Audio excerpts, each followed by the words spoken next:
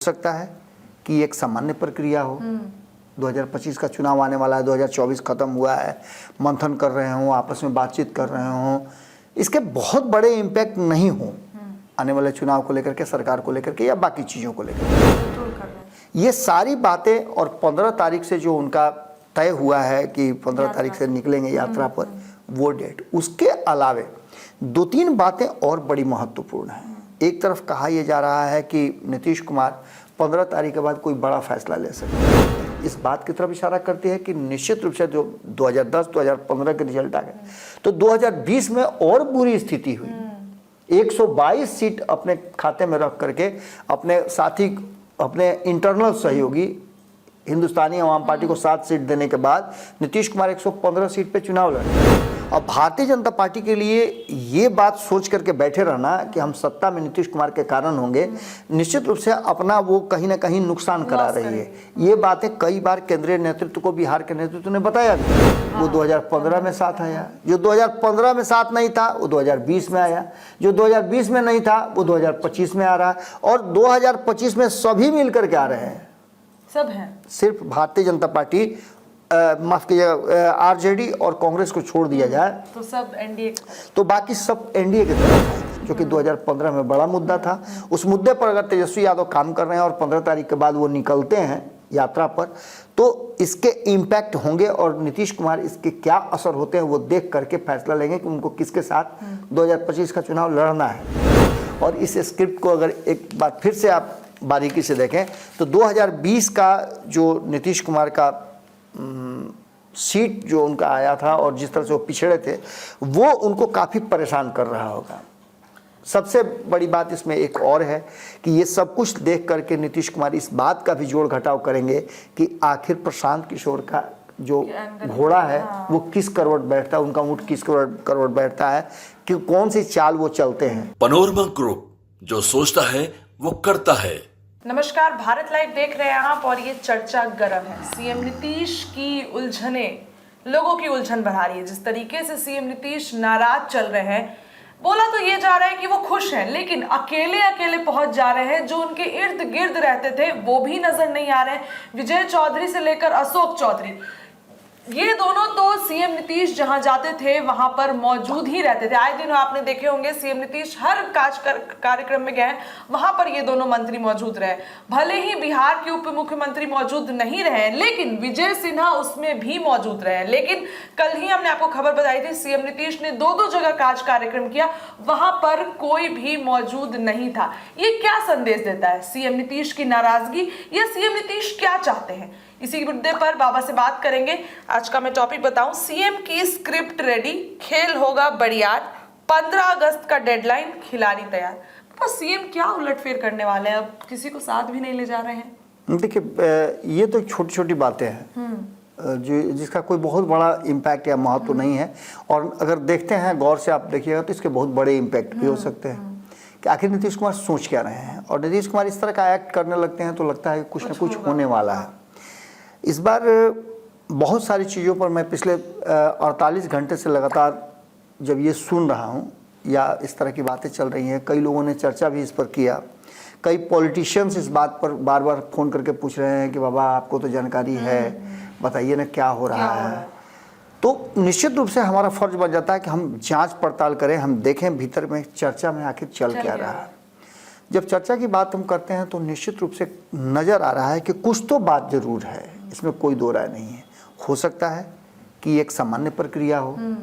2025 का चुनाव आने वाला है, 2024 खत्म हुआ है, मंथन कर रहे हों, आपस में बातचीत कर रहे हों, इसके बहुत बड़े इम्पैक्ट नहीं हो आने वाले चुनाव को लेकर के, सरकार को लेकर के या बाकी चीज़ों को लेकर के। लेकिन जो बदली हुई परिस्थिति है और बदला हुआ जो स्क्रिप्ट अलग अलग नज़र आ रहा है, वो स्क्रिप्ट बहुत कुछ जरूर रहा है।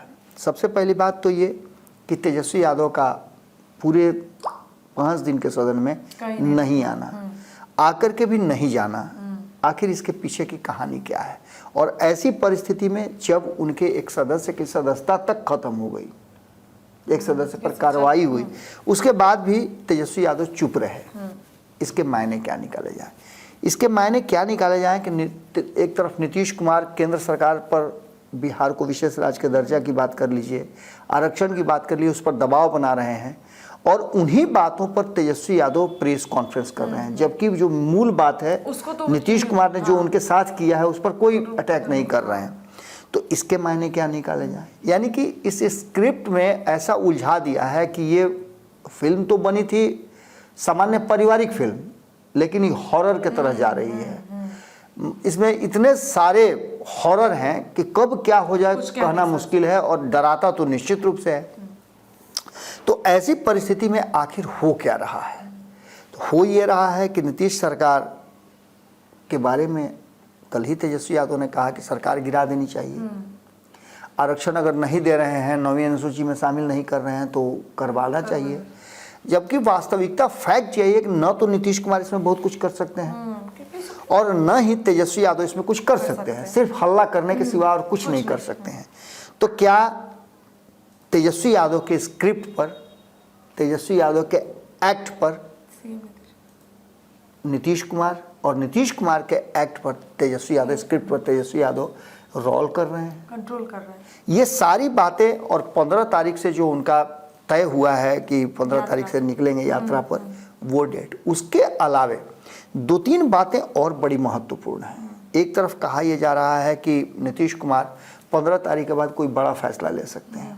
क्या फैसला लेंगे अभी तक क्लियर नहीं हुआ है। कहा यह भी जा रहा है कि वो मंत्रिमंडल में फेरबदल करेंगे, लेकिन क्या करेंगे ये कहना मुश्किल है। नीतीश कुमार कब क्या करते हैं ये कहना बड़ा मुश्किल हो जाता है, और नीतीश कुमार उलझा करके इन चीज़ों को रहते हैं। अब सबसे बड़ी बात है कि इसको अगर आप दूसरे तरफ से देखें तो नीतीश कुमार कुछ ऐसे मुद्दे हैं जिन मुद्दों पर अगर हम गंभीरता से बात करें तो 2005 छोड़ दीजिए, 2010 की बात करें तो नीतीश कुमार 141 सीट पे चुनाव लड़े थे। भारतीय जनता पार्टी को उन्होंने 102 पर ठेल दिया था और अपने 141 सीट पे चुनाव लड़े थे, और 141 सीट पे चुनाव लड़के 115 पर उन्होंने जीत हासिल किया था, जबकि 102 सीट मिलने वाली भारतीय जनता पार्टी 91 सीट पर जीत करके आई थी। यानी भारतीय जनता पार्टी ने अपेक्षाकृत नीतीश कुमार से बेहतर प्रदर्शन किया था। तो निश्चित रूप से नीतीश कुमार को वहां भी सीटें तो अधिक आई, लेकिन जो उनकी उपयोगिता थी, जो उनके काम थे, उतना नहीं, बल्कि भारतीय जनता पार्टी को लोगों ने ज्यादा पसंद किया। 2015 की बात करें हम, 2015 में नीतीश कुमार 5 से 15 तक 10 सालों का कार्यकाल पूरा कर चुके थे। इस 10 साल में नीतीश कुमार ने अपने क्षमता को दिखाया था। उन्होंने जंगल राज से लेकर के वगैरह वगैरह बहुत सारी बातें की थी।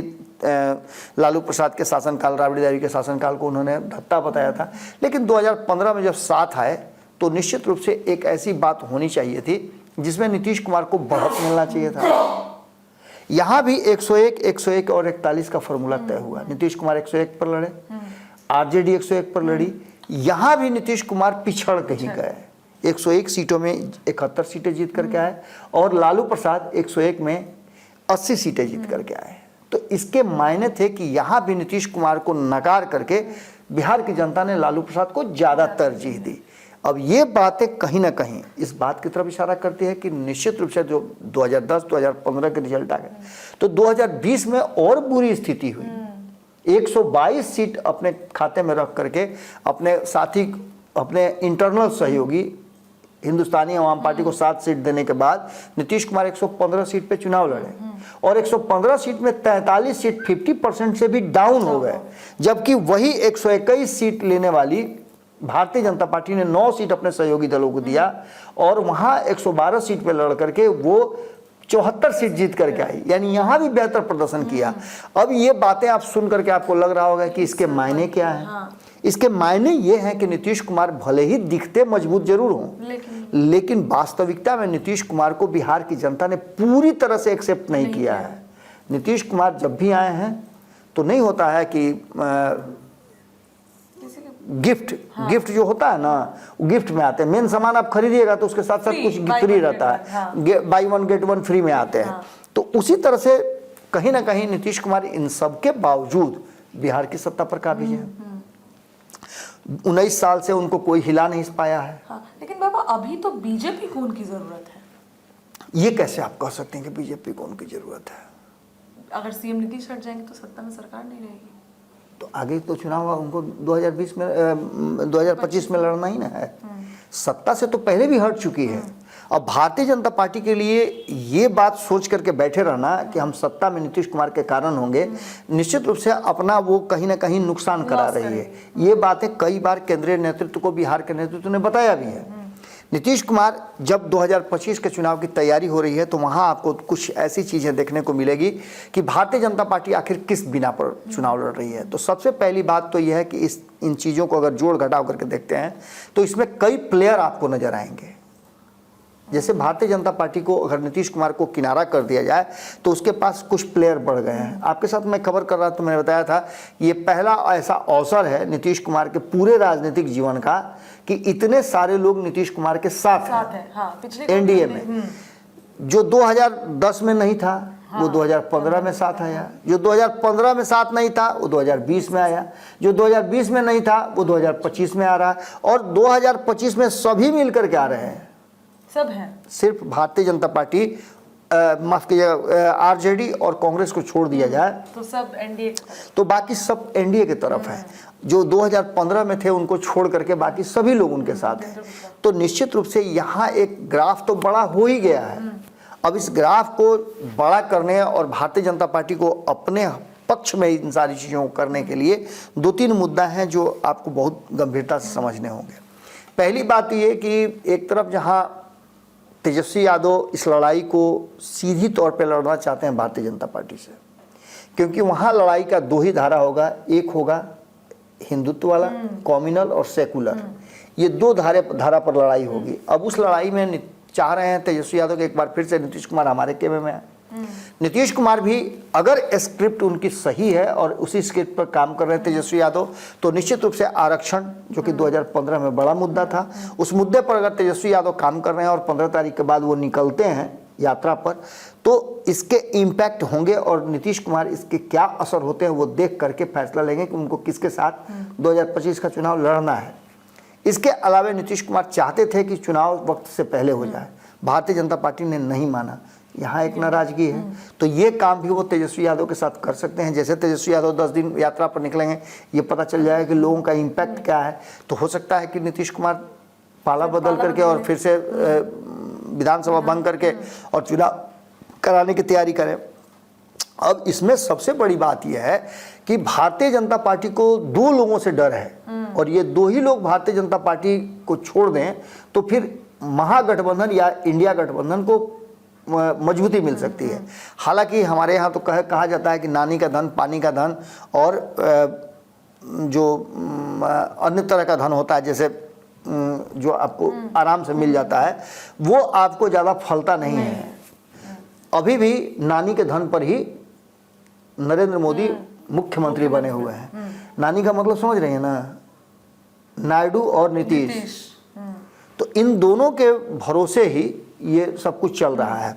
तो ऐसी स्थिति में एक बात तो साफ साफ नजर आ रहा है कि सिर्फ इतना ही इसको मत जोड़िए, इसमें कुमारस्वामी भी हैं, उनका भी एक बड़ा इम्पैक्ट है। इसमें चिराग पासवान है, उनका भी बड़ा इम्पैक्ट है। चिराग पासवान भी कहीं ना कहीं इस बात को लेकर के अब चिंतित हैं कि जो आरक्षण के भीतर आरक्षण है उसका क्या होगा, उसको लेकर के उन पर दबाव पड़ रहा है। तो ये सारी परिस्थितियां घुमा फिरा करके इस बात की तरफ इशारा कर रही है कि नीतीश की स्क्रिप्ट जो है वो कौन सा खेल दिखाएगी, कौन कौन खिलाड़ी तैयार हुए। 15 अगस्त का डेडलाइन क्या है, तो 15 अगस्त का डेडलाइन एक ये है कि नीतीश कुमार 15 अगस्त को झंडा फहरा करके, और यही चीज़ वहाँ केंद्र में भी हो रहा है, नरेंद्र मोदी भी झंडा फहरा करके कोई नया एक्शन और प्लान बी पर काम शुरू करेंगे। तो नीतीश कुमार ने भी अपना प्लान बी तैयार कर लिया है, और वो भी 15 अगस्त को झंडा फहरा करके जब विदेश जाएंगे इलाज के लिए, उससे पहले बिहार में बहुत सारे उथल पुथल होने नजर आ रहे हैं। एक तरफ जहां ये कहा जा रहा है कि उनके मंत्रिमंडल में फेरबदल होगा, जिसकी संभावना, भले ही इस बात को कहा जा रहा है, इस पर दावे किए जा रहे हों, लेकिन इसकी संभावना थोड़ा कमज़ोर नज़र आती है, क्योंकि आखिर किस आधार पर। हाँ, ये हो सकता है कि कुछ लोग इधर से उधर हो सकते हैं। अब जैसे एक व्यक्ति एक पद का है आपके यहाँ भारतीय जनता पार्टी में, तो अभी अभी दिलीप जायसवाल अध्यक्ष बने हैं, तो ऐसा हो सकता है कि उनको मंत्री पद से वो त्याग पत्र दें। कई ऐसे मंत्री हैं जिनके पास 2-2 विभाग हैं, उनको भी हटा ये किया जा सकता है। ये सारी बातें कहीं ना कहीं घुमा फिरा करके इस बात की तरफ इशारा कर रही है कि पूरा का पूरा जो ये मामला है वो नीतीश कुमार के स्क्रिप्ट पर ही निर्भर करता है। और इस स्क्रिप्ट को अगर एक बार फिर से आप बारीकी से देखें तो 2020 का जो नीतीश कुमार का सीट जो उनका आया था और जिस तरह से वो पिछड़े थे वो उनको काफ़ी परेशान कर रहा होगा। सबसे बड़ी बात इसमें एक और है कि ये सब कुछ देख करके नीतीश कुमार इस बात का भी जोड़ घटाव करेंगे कि आखिर प्रशांत किशोर का जो घोड़ा है वो किस करवट बैठता है, उनका ऊँट किस करवट बैठता है, कि कौन सी चाल वो चलते हैं। पूरी तरह से आप समझिए कि विषाद बिछ गया है, इसमें हर कोई अपनी अपनी चाल चल रहा है, लेकिन अंततः दोनों को अपना अपना राजा बचाना है। अब राजा बचाने में आप देखिए कि किसकी कुर्बानी होती है, ये देखना दिलचस्प होगा। चिराग पासवान पूरी तरह से मजबूती के साथ तैयार हैं। इसके अलावा उपेंद्र कुशवाहा भी अपनी तैयारियां शुरू कर चुके हैं। जीतन राम मांझी भी पूरा मजबूत है। अगर बात करें तो 2015 की अगर बात करते हैं तो 2015 में 160 सीट पर चुनाव लड़ी थी Bharatiya Janata party. LJP 40 seat पर चुनाव लड़ी थी, आरएलएसपी 23 सीट पर चुनाव लड़ी थी और हिंदुस्तानी अवाम पार्टी 20 सीट पर चुनाव लड़ी थी। किसने कितना प्राप्त किया ये अलग बात है, लेकिन साथ लड़के ये सब चुनाव लड़े थे। वो एक अलग परिस्थिति थी जहां नीतीश कुमार और लालू प्रसाद एक साथ थे। एक बार फिर से अगर नीतीश कुमार को छांट करके यहाँ से आप देखते हैं तो आपको मजबूत पकड़ नजर आती है भारतीय जनता पार्टी की, जिसमें एलजेपी ने 100% अपना दिया है। आरएलएसपी जो कि आरएलएम बन गई है, वो भी उपेंद्र कुशवाहा अब एक छत्र फिर से कुशवाहा के राजा हो गए हैं, कुशवाहा समाज के नेता हो गए हैं, क्योंकि सम्राट चौधरी को जो प्रदेश अध्यक्ष थे उनको हटा करके उनको मंत्रिमंडल में शामिल करके उप मुख्यमंत्री बनाया गया है। इसके अलावा हिंदुस्तानी अवाम पार्टी उसने भी 100% दिया है और वो भी पूरी तरह से तैयार है। तो ऐसी स्थिति में हमारे पास जो आंकड़े नज़र आ रहे हैं 2015 के, उन सारे आंकड़ों को जोड़ घटाव करके हम देखते हैं तो 2015 जैसी स्थिति तो नहीं है, लेकिन आरक्षण एक ऐसा मुद्दा था जो 2015 में भी था और 2025 में भी है। तो कहा जाता है कि 10 साल के बाद बदलता है। तो एक बार फिर से कहीं ऐसा ना हो कि आरक्षण का ये गोटी जो है वो और चाल ले पलट जाए। निश्चित रूप से नीतीश कुमार को मजबूर करे कि वो एक बार फिर से तेजस्वी यादव के साथ लड़े। अब देखना दिलचस्प होगा कि भारतीय जनता पार्टी से कैसे निपटती है। लेकिन तेजस्वी यादव के पास जाएंगे तो कौन सा सुप्रीम कोर्ट अपने फैसले को बदल लेगी? देखिए, सुप्रीम कोर्ट के फैसले आपको याद होगा 2015 में जब ये कहा गया था कि भारतीय जनता पार्टी आएगी सत्ता में तो आरक्षण ही खत्म हो जाएगा। क्या खत्म हो गया 10 साल में? क्या 10 साल से तो भारतीय जनता पार्टी है, नहीं खत्म हुआ। अब इसके आगे राजनीतिक दल के नेताओं का बहुत सारी बात से नरेंद्र मोदी ने नहीं कहा था कि सभी जेल चल जाएंगे। कौन कौन जेल गया? एक चीज़ जरूर है कि ये सब कुछ चल रहा है, इसमें भारतीय जनता पार्टी के पास जो विशेष हथियार है उसका विशेष तोता है। अगर तोता को कहीं पिंजरा से आज़ाद कर दिया तो निश्चित रूप से बहुत सारे खेल हो सकते हैं। लेकिन एक बात तो तय मान के चलिए कि 15 अगस्त के बाद जो डेडलाइन तय किया गया उसमें नीतीश कुमार कुछ ना कुछ ऐसा जरूर करेंगे जो आने वाले बिहार की राजनीति का दिशा तय करेगा। और एक और, चिराग पासवान पहले भी बीजेपी से अलग हुए हैं, क्या इस बार भी वो नाराजगी दिक्कत देगा चिराग पासवान का? अभी कहाँ कोई ऐसा दूर दूर तक नजर आता है। क्यों नाराज होंगे चिराग पासवान आरक्षण के मुद्दे पर? क्यों काहे नाराज होंगे? चिराग पासवान ये तो भारतीय जनता पार्टी ने थोड़े किया है, ये तो न्यायालय का फैसला है और न्यायालय के फैसले पर कोई उंगली उठा नहीं सकता है। हाँ, अगर बहुत ज्यादा उनको लगेगा कि नहीं इस फैसले से उनको लॉस हो रहा है, उनके समाज को लॉस हो रहा है, तो वो फिर इसके लिए अपील में जाएंगे। बोला है उन्होंने। ठीक है, तो वो उनके सामान्य से प्रक्रिया है। लेकिन भारतीय जनता पार्टी का दूर दूर तक इससे कोई नाता नहीं है। भारतीय जनता पार्टी थोड़े ये फैसला की है, ये फैसला तो न्यायालय ने किया है और इससे पहले भी हो चुका है। कहाँ जाएंगे वो? नीतीश कुमार के साथ जाएंगे? उन्होंने तो इस आरक्षण के कोटा के भीतर कोटा पहले ही किया है। दलित को महादलित किया है, पिछड़ा अति पिछड़ा हो गया है। वर्गीकरण तो अक्सर होते रहा है ना समय समय पर। देखिए, आरक्षण एक ऐसा मुद्दा है जिसकी समीक्षा हर 10 साल पे होती है। आरक्षण देते समय भी ये बात कही गई थी कि इसकी समीक्षा 10 साल पर हो और जिन लोगों को आरक्षण नहीं मिल रहा है, इसका लाभ नहीं मिल रहा है, उन लोगों को इस श्रेणी में जोड़ करके और उनको लाभान्वित किया जाए। लेकिन ऐसा भी नहीं हो रहा है। तो निश्चित रूप से ये सारी प्रक्रिया और सारी परिस्थितियां इस बात की तरफ इशारा कर रही है कि नीतीश कुमार आखिर कौन सा स्क्रिप्ट लिख रहे हैं। देखिए, किसी के स्क्रिप्ट पर, किसी के प्लान पर कोई असर नहीं पड़ना है। नीतीश कुमार जो स्क्रिप्ट लिखेंगे उसी स्क्रिप्ट पर बिहार की राजनीति चलेगी और 2025 का चुनाव उसी आधार पर होगा। अब ये आधार किस तरफ लेके जाता अलग बात है। बाबा साहब ने चर्चा किया कि सीएम नीतीश की स्क्रिप्ट अब रेडी है। लालू यादव जो दावा कर रहे थे कहीं उस चीज पे सीएम नीतीश अमल न कर जाए, या फिर सीएम नीतीश की नाराजगी नहीं है। हो सकता है कि किसी सीएम नीतीश का कुछ और मानसिकता हो, ऐसा कुछ नहीं हो, लेकिन खबरें जो निकल कर आ रही है उस पर हमने ये चर्चा की। फिलहाल इस खबर में इतना ही। बने रहिए भारत लाइव के साथ। बहुत बहुत धन्यवाद। पनोरमा ग्रुप, जो सोचता है वो करता है। अगर ये वीडियो पसंद आई और वह बिहार के राजनीति और बिहारियत से सरोकार रखेनी तो सब्सक्राइब बटन दबा के चैनल के सब्सक्राइब कर ली। ओजे एगो घंटी बा, ओकरा बटन दबा देला से कुल सटीक और मारक खबर रुआ मुफ्त में मिल जाई। अगर रुआ पत्रकारिता के हमनी के नया प्रयोग में सहयोग कर चाहतानी तो ज्वाइन बटन दबा दी। पेटीएम नंबर नोट कर ली 9386816700।